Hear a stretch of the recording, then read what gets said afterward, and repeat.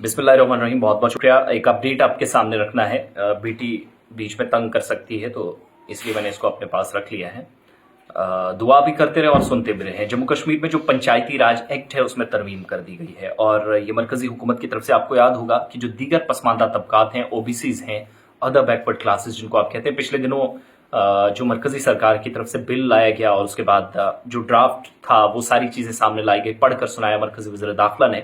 तो इसको पास कर लिया गया दोनों ऐवान से, यानी पार्लियामेंट के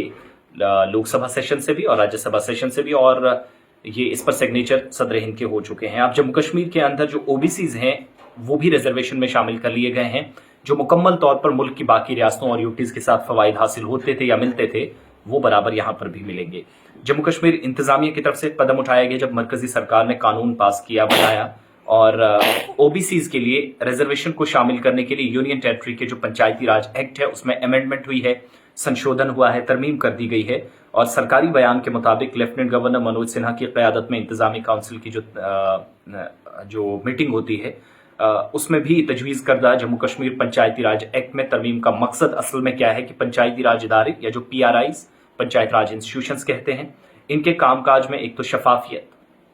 अकाउंटेबिलिटी, आईनी सफबंदी, तरीकाकार जो कानून के मुताबिक होता है उसको यकीनी बनाया जाए, और तरीकों के साथ साथ मुताबिकत को यकीनी बनाकर कानून को मजीद मुअस्सर बनाया जाए, हर किसी तक ये फवाइद पहुंचे, इंतजामिया ने कोशिश की है। सरकार के मुताबिक मुल्क की बाकी स्टेट्स में जो दर्ज फहरिस्त जाते हैं, SCs हैं, शेड्यूल कास्ट जिनको आप कहते हैं, या फिर दर्ज फहरिस्त कबाइल हैं, STs हैं, इनके अलावा ओबीसीज को रिजर्वेशन फराहम कर दी गई है जम्मू कश्मीर के अंदर। तो अगर आप ओबीसी में हैं, जब भी आप फॉर्म भरेंगे नौकरी के लिए, कहीं पर एडमिशन के लिए, तो ओबीसी जो ओबीसीज में आते हैं, इस कैटेगरी में फॉल करने वाले लोगों को डायरेक्टली इसका फायदा भी मिलेगा। एक बात, साथ ही LG की सदारत में मीटिंग में एडमिनिस्ट्रेटिव काउंसिल ने ओबीसीज की तारीफ को शामिल कर दिया है। इनकी एक्चुअल में प्रोनाउंसिएशन जो इस वर्ड की कैसे ओबीसीज की होती है या इसका मतलब क्या है, डेफिनेशन ऑफ ओबीसीज जो है उसको शामिल कर दिया है, और निचली सतह पर जमहूरी इदारों में इनके रिजर्वेशन को यकीनी बनाया जाए, हर जगह ये रिजर्वेशन के मुताबिक फायदा उठा सके, ये कोशिश हुई है। इससे पहले थोड़ा पीछे चले जाएंगे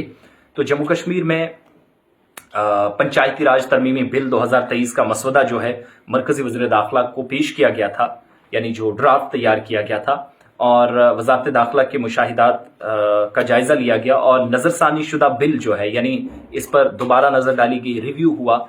उसके बाद तरमीम शामिल की गई, अमेंडमेंट्स कर दी गई। साथ ही तजवीज़ ये थी कि जो ओबीसीज हैं जम्मू कश्मीर के अंदर उनको इस ड्राफ्ट में शामिल किया जाए, हल्का पंचायत की रुकनीत से नाअहल करार देने, इसके अलावा सरपंच, नायब सरपंच, पंच को हुकूमत की तरफ से मुअत्तल और हटाने का तरीकाकार जो है वो भी वजाहत कर दिया गया है। यानी अगर कहीं पर अवाम किसी नुमाइंदे के खिलाफ हो जाती है तो ये एक बड़ी तब्दीली है।